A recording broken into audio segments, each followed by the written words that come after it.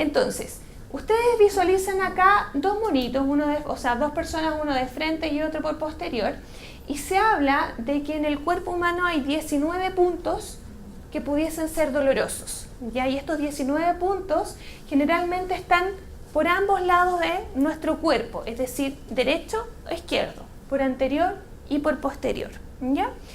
Entonces, antiguamente los dolores que muchas veces cuando hacían el examen físico, el médico les preguntaba, ¿siente molestias acá? ¿Le duele acá? Y iba recorriendo todos estos puntos al momento de hacer la evaluación, ¿ya? Antiguamente se hablaba de que de estos 19 puntos, incluso antiguamente eran 18 puntos, de estos 19 puntos actualmente debían cumplir por lo menos con 11 puntos dolorosos. Hoy en día se habla de que ya contando puntos dolorosos en ambos lados de nuestro cuerpo, más la sintomatología asociada, que es la que recién revisamos, ya podríamos estar hablando de una fibromialgia. ¿Ok? Entonces, los puntos dolorosos más principales, tal cual como ustedes los mencionan, están vinculados a la columna vertebral, a los hombros, a los brazos, el cuello, las piernas, los glúteos, etc. Y estos puntos son dolorosos ya sea de forma permanente, en ciclos, o bien al momento de realizar algún tipo de actividad, ¿ya? Pero generalmente al momento de hacer una exploración física se genera un dolor al momento de hacer un tacto, ¿ya? ¿Por qué? Porque la percepción de los estímulos está alterada, por lo tanto los estímulos ustedes los van a recibir como dolorosos, ¿ok? Adicional a eso, que los mismos puntos que están acá son los que aparecen ahí en esa escala, el médico les va a preguntar sobre 3 sintomatologías muy importantes, que es la fatiga, el sueño no reparador y las alteraciones cognitivas, que es lo que usted mencionaba, ¿cierto? Esta falta de memoria, o esto es sentirse un poquitito más distraída, o que planifico algo pero finalmente hago una cosa muy diferente, ¿ya? Y estos síntomas idealmente tienen que estar presentes por lo menos por un tiempo que pudiese ser ojalá de varias semanas. Ya estamos hablando de por lo menos 3 semanas, ojalá 3 meses, instaurados estos sintomatologías. Pero esto va a ir en relación a la última semana como para poder determinar cuáles son los síntomas actuales, ¿ya? Pero para poder hacer el diagnóstico final, estos síntomas debiesen estar presentes en un buen par de semanas, ¿ya? No sé si a ustedes les hicieron estas pruebas. Sí. ¿Sí? No, muchas veces se hace a partir de la historia clínica, es decir... lo que pasa es que el médico, yo llegué por una tendinitis en las manos, primero. Llegó por una tendinitis. Claro, después el codo, después los hombros, entonces ya ahí empezó él a mandarme a hacer exámenes de sangre y todas esas cosas. Ok. Y ahí descubrió, pero eso no lo hizo mucho. Ok, entonces... La diagnosticaron primero por una tendinitis y eso se fue generalizando al resto del cuerpo y ahí ya comenzó un estudio más profundo. Sí. Ya generalmente parte así, que parte con algún dolor en específico, que comienza a ser reiterativo y ya comienza después a generalizarse y a hacerse permanente. ¿Ya?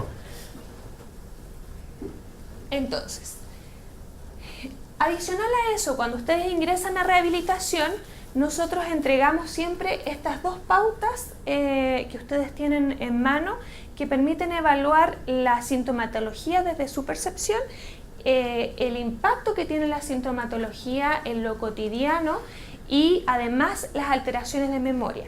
¿Por qué? Porque las alteraciones de memoria vienen muchas veces producto de 2 cosas. Primero, por el estado emocional en el que se encuentra la persona, es decir, hay un estado de dolor permanente, hay una pérdida de participación en tareas u ocupaciones que son relevantes, por lo tanto hay una baja de ánimo y todos los cuadros depresivos o de trastornos del ánimo van a impactar también en el procesamiento que tengamos a nivel cognitivo. Y por otro lado además tenemos la farmacología, que de una u otra forma genera alteraciones a nivel de memoria, ¿ya? De todas maneras vamos a tener presente a la doctora Delia Ruiz, para que puedan aclarar todos aquellos aspectos con respecto a qué medicamentos son los que pudiesen estar generando algún tipo de alteración de memoria. Pero existen estos 2 factores, la alteración de memoria o las alteraciones cognitivas vienen por la farmacología como efecto secundario y además por el estado emocional y doloroso de la sintomatología que genera este desequilibrio, ¿ya? ¿Cuál es el tratamiento? Lo habíamos mencionado, lamentablemente esta enfermedad no tiene cura. Como vaya transcurriendo en la vida, va a depender de cuál es el manejo que ustedes tengan frente a la enfermedad, es decir, tener un diagnóstico precoz, seguir las indicaciones médicas, tomar los medicamentos que corresponden y hacer algunos cambios de vida que van a generar una mejor calidad de vida a largo plazo, ¿ya? Dentro de los objetivos de tratamiento, lo primero es poder disminuir el dolor. Ese es el eje central, tanto desde el aspecto médico como desde el equipo de rehabilitación. ¿Ya? Lo primero es poder manejar el dolor, que es lo más interferente frente a la vida cotidiana. Y además de eso, los síntomas ansiosos que vienen a partir de este estado doloroso, de este estado de fatiga y este estado de imposibilidad de poder participar de actividades, ¿ya? Entonces, una vez que ustedes ya tienen el tratamiento farmacológico y médico adecuado, corresponde también que el equipo multidisciplinario pudiese estar presente dentro del abordaje que ustedes reciban. Entonces, lo más importante es una buena educación, es decir, que ustedes sepan lo que les está pasando, en qué consiste la fibromialgia, cuál es el pronóstico, cuáles son los medicamentos, cómo pueden ustedes ayudarse día a día para disminuir los síntomas y mejorar la calidad de vida, ¿ya?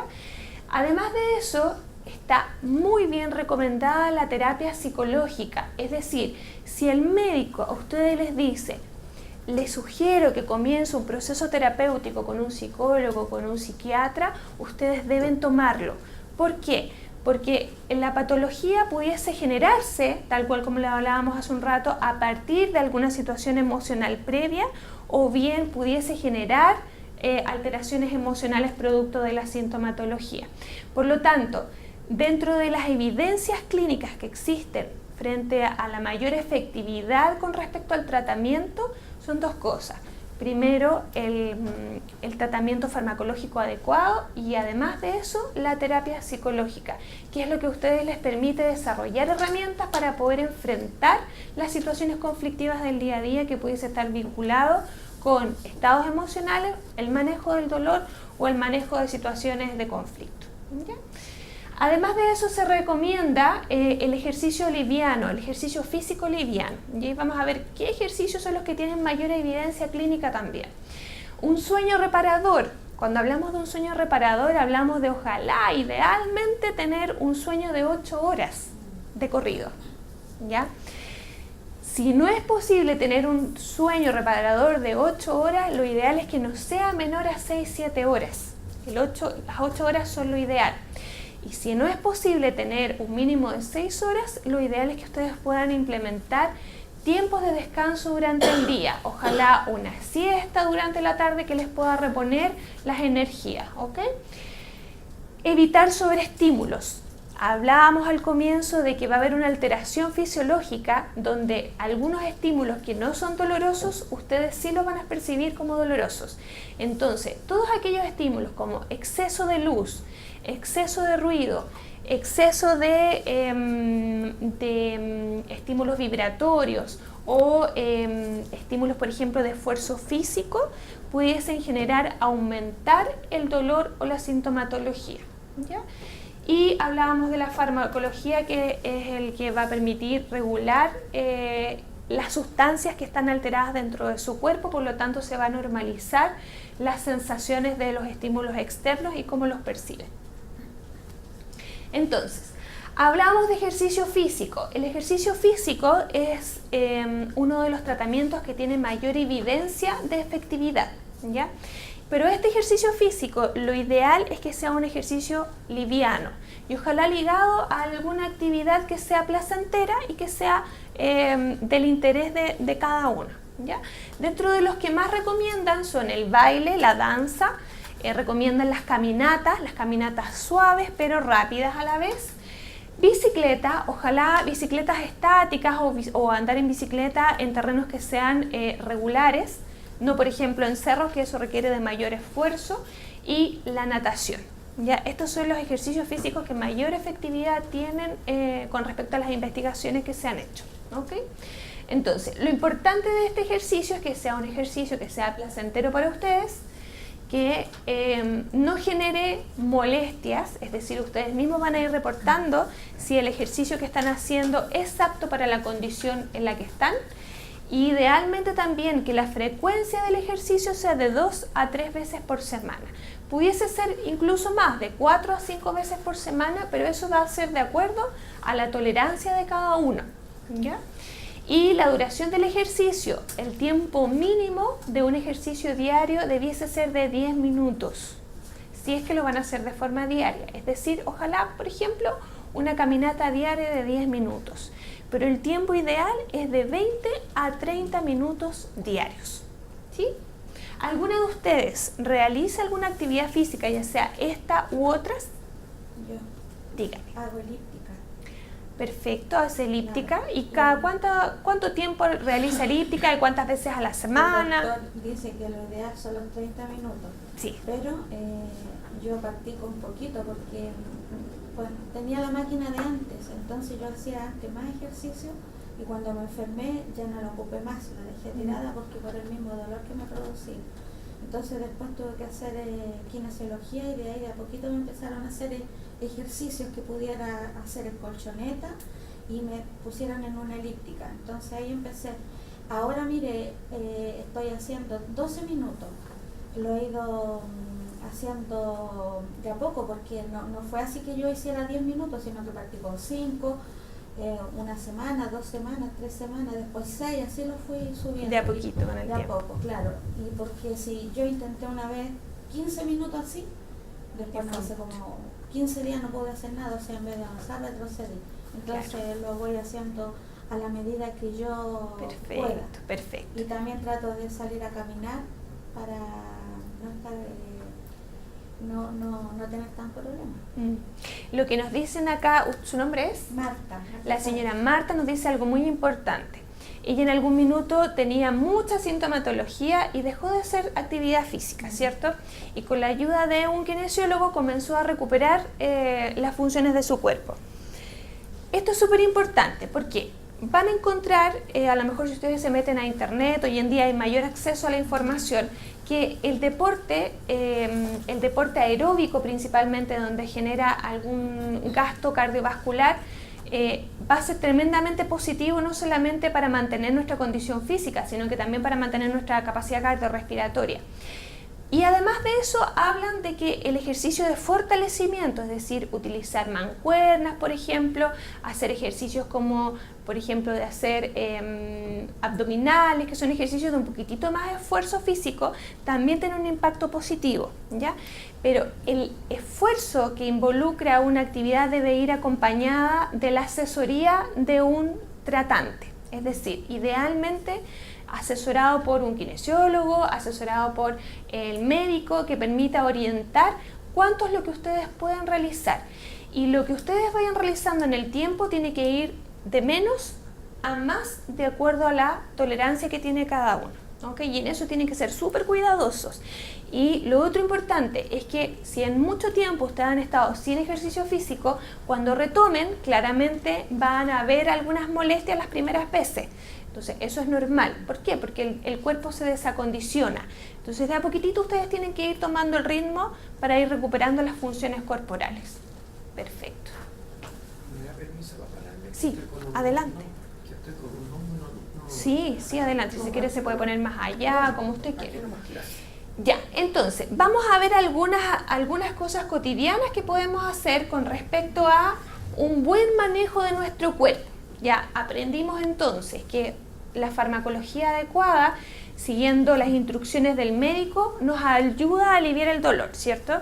Mantener una actividad física de forma diaria, idealmente, permite mantener las funciones corporales y una mejor capacidad cardiorrespiratoria, ¿cierto?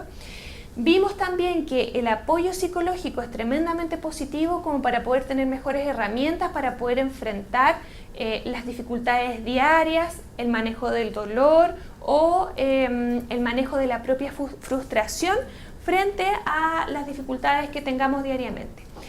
Pero además de eso, es súper importante que en lo cotidiano, es decir, en lo que hacen ustedes día a día, aprendan a manejar su cuerpo para que no genere un sobreesfuerzo adicional si es que hacen las cosas de la forma correcta, ¿ya?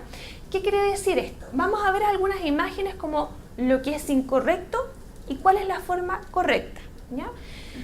En el día a día, por ejemplo, yo por ejemplo no plancho, pero hay muchas mujeres que todavía, o hombres también que planchan. Pero más allá del planchado, esto ustedes lo tienen que extrapolar a cualquier tipo de actividad que hagan en su casa de forma parada y frente a un mesón, que pudiese ser planchar, pudiese ser doblar la ropa, pudiese ser tender la ropa, pudiese ser a lo mejor cocinar, lavar la loza, etc. Hay un montón de actividades que hacemos en esta posición, ¿ya? Entonces, este es un ejemplo de qué es lo que erradamente hacemos. ¿Qué es lo más común? Que nosotros nos adaptamos al medio. ¿Y qué es lo que ocurre cuando los mesones son muy bajitos? Estamos con inclinación de nuestro tronco. ¿Qué es lo que ocurre después? Después de un tiempo de 5, 10, 15, 20 minutos, ¿qué es lo que pasa con nuestra zona lumbar? Queda resentida. ¿Qué es lo que ocurre después de eso? Ya no somos capaces de hacer nada más en el resto del día o bien en un buen par de horas más. ¿Ok? Entonces, ¿qué es lo que ustedes tienen que empezar a hacer ahora? Ya no es que ustedes se adapten al ambiente, sino que el ambiente se va a tener que adaptar a ustedes. ¿Ok? Entonces, todos los mesones que ustedes tengan en la casa, lo ideal es que estén en una altura que sea a la altura de las caderas. Es decir, la típica postura de cuando estamos enojados, cuando llega el marido tarde, ya aquí, a esta altura, donde ponemos las manos en las caderas, esta es la posición en la que nosotros tenemos que trabajar. El mesón que sea, ya sea lavadora, tabla de planchar, mesa de cocina, lo que sea, lo ideal es que pueda estar a esta altura. Es decir, cuando yo flecto mis codos, hago este movimiento, ese es el plano ideal para que ustedes manejen los implementos, ¿ok? Y así van a mantener una postura que sea alineada y evitan que puedan tener un dolor lumbar. Lo otro importante, tener un taburete, es decir, un pequeño pisito donde puedan ir colocando un pie, descansar, colocar el pie, descansar. Y eso va descargando el peso del propio cuerpo que se genera en nuestros pies. Y eso alivia el dolor y las molestias que se generan en nuestros pies. ¿Ya? Acá también vemos la misma imagen de lo que ocurre, por ejemplo, en el lavado de dientes, o cuando nos maquillamos, o cuando nos arreglamos el cabello. Muchas veces van a haber implementos en el hogar que no se van a poder modificar. Es decir, va a ser mucho más difícil que podamos modificar la altura de las superficies de algunos elementos de nuestro hogar. Pero sí, ustedes ahora tienen mayor conciencia y van a cuidar la postura y van a mantener el cuerpo siempre alineado. Es decir, evitar todas aquellas actividades en que inclinen su propio cuerpo. Otra postura muy habitual, que es la que adoptamos cuando nos sentamos, sobre todo cuando ya nos empezamos a cansar, comenzamos a dejar la colita en la orilla de la silla y apoyamos el cuerpo en la parte superior de nuestra espalda. Esto genera también una sobrecarga en la zona lumbar y además de eso genera una alteración de la postura también de la columna.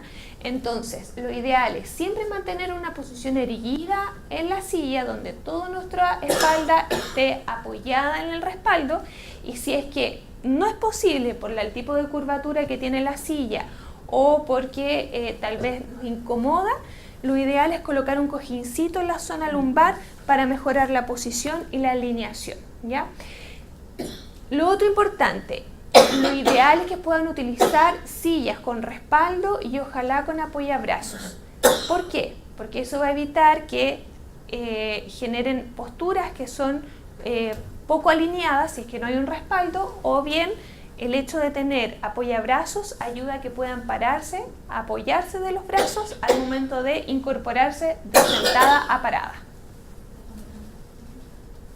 ¿Está bien? Sí. ¿Sí? Ya. Lo mismo ocurre, por ejemplo, en uso del computador o al ver la televisión. También tenemos que ser precavidos con nuestra postura. Tendemos a tener en la pantalla del televisor o la pantalla del computador o a veces el celular en un plano más bien mucho más abajo que la altura de nuestros ojos. Entonces, lo ideal es que tanto el celular, el televisor, el computador esté siempre a la altura de nuestros ojos, manteniendo la cabeza erguida, la columna erguida.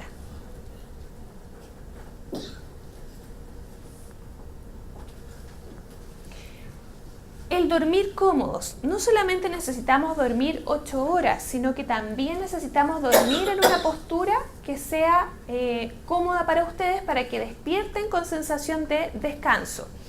¿Cuál es esa postura? Lo ideal, lo que más recomiendan es una postura que es la postura en posición fetal, que es donde estamos completamente recogidos, ¿ya? Pero esa posición de recogido tiene que tener siempre, ¿está bien? ¿Sí?